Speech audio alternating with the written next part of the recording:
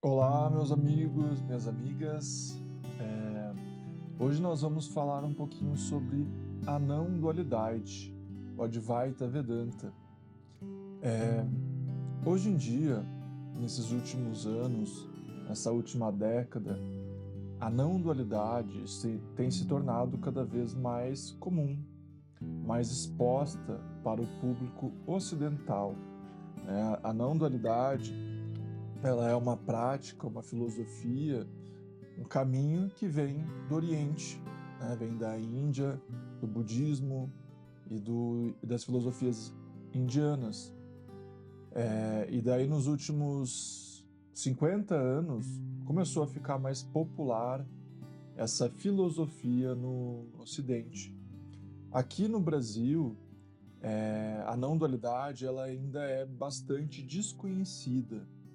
Você pode conversar com as pessoas da espiritualidade que estão nos caminhos espirituais e quase pouquíssimas pessoas conhecem o termo não dualidade ou Advaita Vedanta.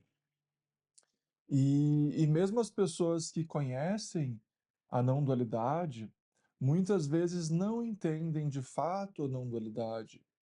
E esse é o propósito desse nosso diálogo aqui. Eu gostaria de falar hoje um pouquinho sobre a não dualidade, e o tópico de hoje é de que a não dualidade, ela não é o caminho final. A não dualidade, ela não é a resposta final. Muitas pessoas que estão no caminho da não dualidade, elas acreditam que a não dualidade é a filosofia suprema, a filosofia absoluta. Muitas vezes até numa certa arrogância, acreditando de que a não dualidade é a filosofia máxima e todas as outras são, digamos assim, secundárias. Eu já não compartilho desse tipo de pensamento. Uma vez, o Adyashanti, o professor espiritual lá dos Estados Unidos, ele falou assim que a não dualidade, ela é uma filosofia muito fácil de ser entendida mentalmente. É muito fácil de você entender a não dualidade mentalmente, né? Só existe a consciência, não existe os outros, a consciência é tudo que existe. São coisas que você pode entender intelectualmente e acreditar intelectualmente. Sim, talvez você não esteja tendo a experiência viva em você, mas você pode entender intelectualmente.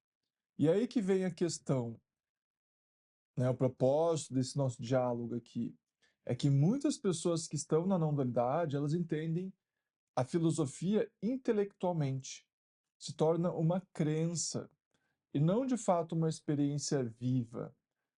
E daí, pelo fato de ser uma crença digamos assim, uma filosofia ainda não realizada no coração daquelas pessoas, elas acabam distorcendo muitas coisas, né?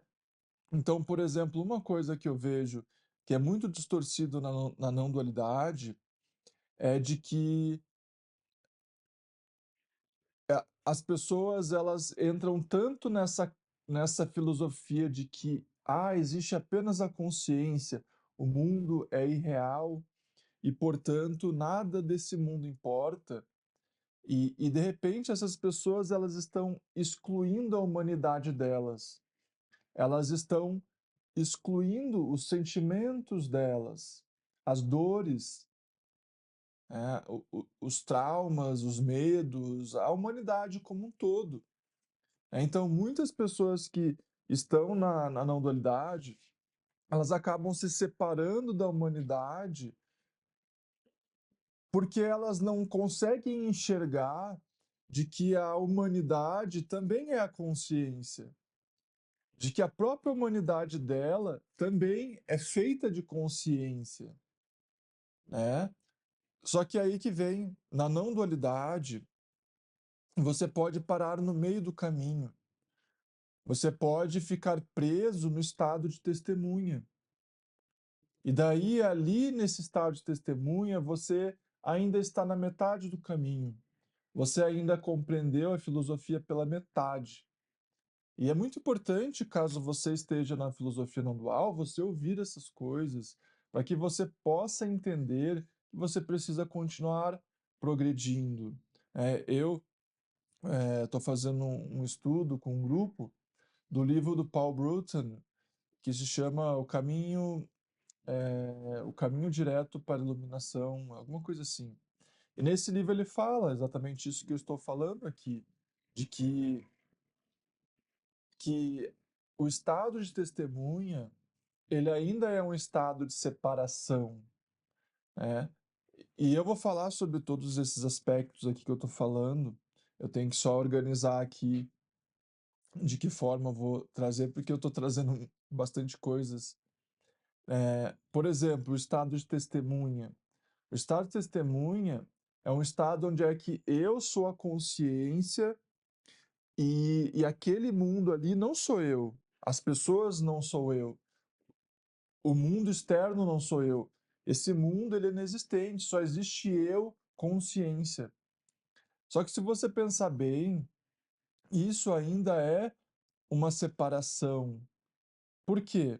Porque eu, consciência, sujeito, observando esse mundo que não sou eu, que é o objeto, né? Sendo que a maturidade da não dualidade, a maturação, quando a gente amadurece na dualidade, a gente tem que chegar num estado, né, que o sujeito e o objeto se dissolvem.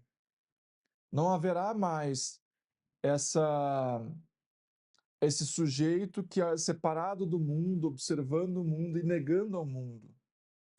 É muito pelo contrário, quando a não dualidade ela chega na sua forma mais madura, ela vai abraçar e acolher a humanidade, porque você compreende que a humanidade ela também é a consciência. Cada ser humano que você vê é uma representação da consciência. E a sua própria humanidade, esse corpo barra mente, também é uma manifestação da consciência, né? E, e esses sentimentos que a sua humanidade tem, essas emoções, essas sensações, tudo isso também é a consciência. Então você acolhe tudo isso, né? Você acolhe porque você sabe que tudo isso também é a consciência. E só que o que eu vejo que acontece com muitas pessoas na não dualidade é que elas negam a humanidade. Elas negam, por exemplo, já teve vezes de eu estar conversando com uma pessoa que é do caminho não dual e, e você vê claramente ali que aquela pessoa está sofrendo, que ela está tendo dificuldades na vida. E daí você conversa com ela, ela fala: "Ah, mas não existe o ego, não existe sofrimento, não existe essa humanidade, não existe nada para resolver". Mas ela fala isso, só que ao mesmo tempo a experiência dela está mostrando o contrário. Está mostrando de que ela fala que não existe o ego, mas se ela tivesse tendo essa experiência, ela não estaria sofrendo. Então o Rupert Spira, ele fala de forma muito inteligente de que se você está sofrendo, é um sinal de que você ainda acredita na sua separação. E você tem que honrar a sua separação. É muito mais honroso você dizer que o seu ego existe do que fingir que ele não existe, porque ele ainda está aí. Então ainda não é uma experiência autêntica para você. Então eu percebo que muitas pessoas que estão na não dualidade, elas ficam nesse diálogo, esse diálogo. E muitas vezes você nem consegue ter um diálogo com essas pessoas, né? Por exemplo, eu consigo ter uma compreensão não dual, uma compreensão de ser a consciência e ao mesmo tempo falar aqui de uma forma dual. Só que muitas pessoas que entram na não dualidade, elas não conseguem mais dialogar. Literalmente fica difícil de conversar com essas pessoas, porque elas estão tão obcecadas pela crença não dual de que você não consegue mais interagir com elas direito. Por exemplo, você chega ali e fala: "Pô, eu tô aqui com vontade de comer sorvete". E dessa pessoa vai chegar: "Ah, mas quem é esse eu aí? Esse eu aí não existe". Elas levam para o extremo e não é esse o lugar saudável de se estar. Esse não é o lugar mais maduro da não dualidade, né? O lugar mais maduro da não dualidade é quando a gente consegue também incorporar essa humanidade aqui sem se perder nela, sem negar ela, o- né? E a gente consegue utilizar palavras como eu fiz isso, eu fiz aquilo, eu quero isso, sem estar identificado com essas coisas, né? Eu já fui um pouco assim quando eu comecei a entrar na não dualidade e explorar esse entendimento. No início eu ficava muito assim de, mas quem é esse? Quem é isso? Não existe esse eu. Só que daí eu fui compreendendo de que é possível você estar interagindo através do eu individual, não estando identificado com esse eu individual e usando a linguagem dual, a linguagem humana, né? A linguagem humana, ela é saudável. A linguagem para interagir é saudável. Por exemplo, aqui eu estou falando palavras como eu. Eu fiz isso, eu conheci essa pessoa. E daí muitas pessoas da não dualidade vão dizer, mas quem é esse eu? Essa pessoa não entendeu a filosofia, porque ela ainda está usando a palavra eu, né? Mas é possível, como eu falei, através da maturidade, você é, você está você tá vivendo tudo ao mesmo tempo. Você está vivendo a não dualidade na dualidade. Né? É só você, por exemplo, ver diálogos do Rupert Spira, que é hoje em dia é um dos maiores professores da não dualidade, do Advaita Vedanta, do caminho direto, e ele lá fala direto exemplos pessoais, exemplos da vida pessoal, exemplos do eu individual dele. Ele não está nessa linguagem ignorante, nessa crença ignorante e ignorando o mundo, ignorando a humanidade dele. Ele traz assuntos do dia a dia, assuntos pessoais, né? E eu entendo que não existe pessoalidade, né? Mas ao mesmo tempo a pessoalidade existe. Né? Esse é o paradoxo. Quando você está vivendo uma crença não dual, você não entende o paradoxo. O paradoxo é de que ao mesmo tempo que tudo é não dual, a dualidade também é não dual. Então, se eu compreendo que que a dualidade é não dual, eu consigo utilizar a dualidade de uma forma não dual. Eu consigo usar a linguagem de uma forma não dual. Eu consigo usar a individualidade de uma forma não dual. Vejamos o exemplo, né, de Ramana Maharshi. Ramana Maharshi, ele foi uma das pessoas também mais conhecidas pela filosofia não dual. Por mais que ele não se considerava alguém da filosofia não dual, mas as pessoas da não dualidade usam bastante os exemplos dele. E, e o Ramana Maharshi, ele também tinha uma individualidade. Se o Ramana Maharshi não tivesse uma individualidade, ele não iria atender quando as pessoas chamassem ele. Né? Por exemplo, as pessoas estavam ali no ashram dele e elas chamavam Ramana, você quer comer isso? Você gostaria de tomar um suco? Ele atendia esse chamado. Ele sabia que Ramana era o termo usado para aquela humanidade dele. Ele não ignorava a humanidade dele.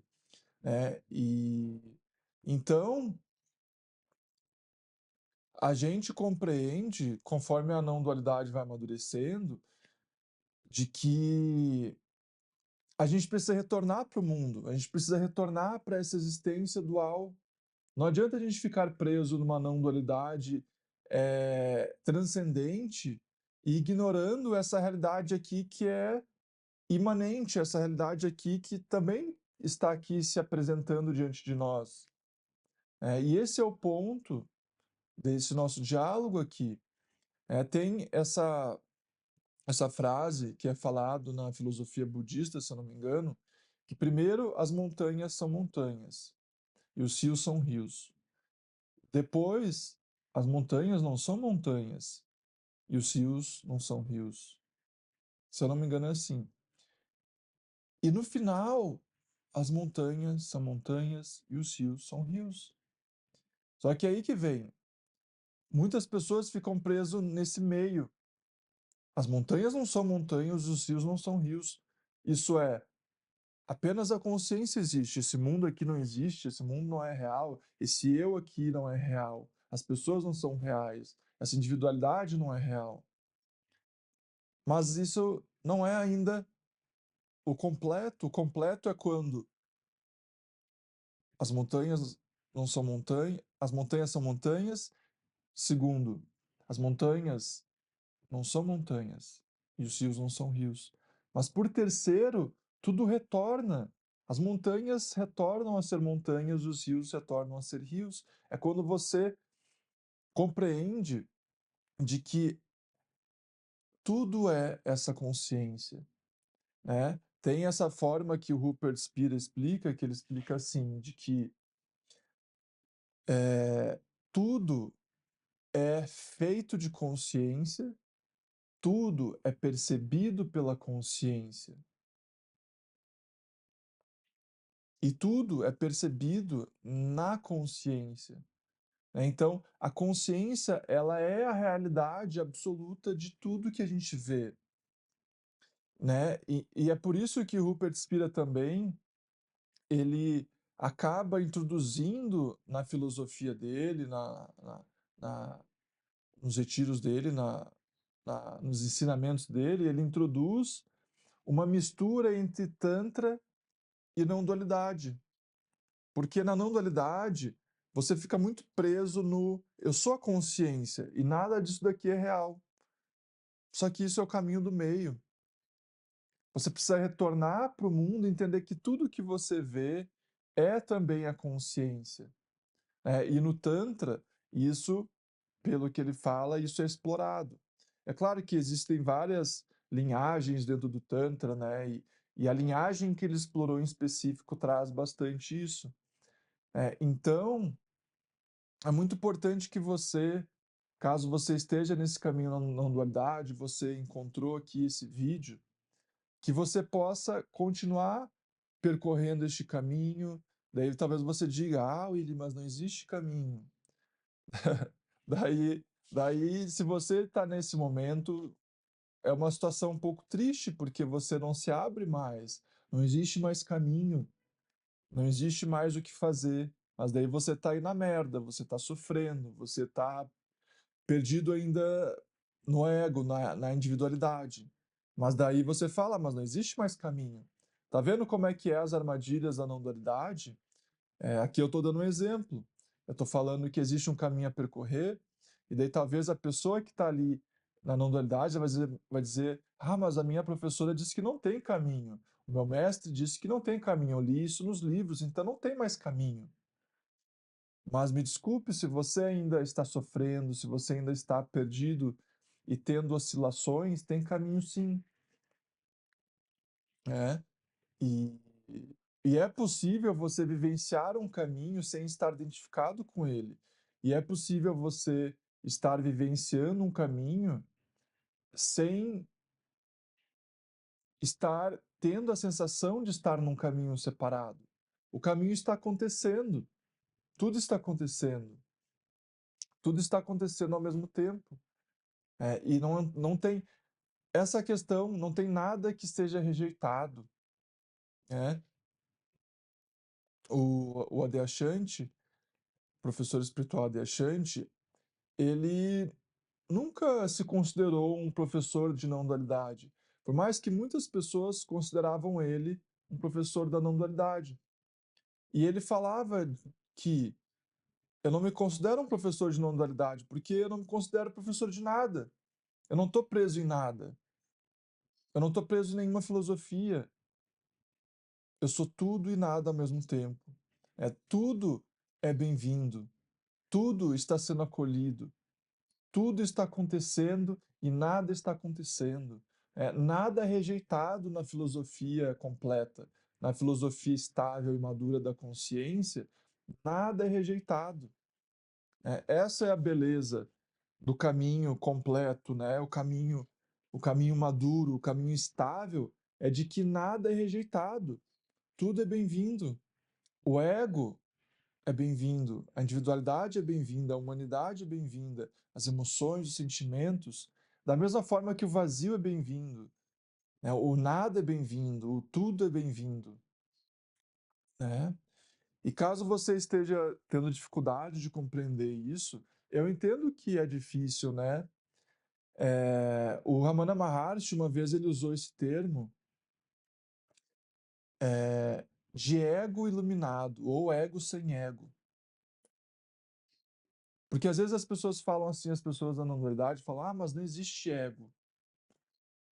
Mas até mesmo o Ramana Maharshi falou o termo ego sem ego, ego iluminado. Então o que significa ser um ego sem ego? O que significa ser um ego iluminado? Daí eu deixo aí para você descobrir, né?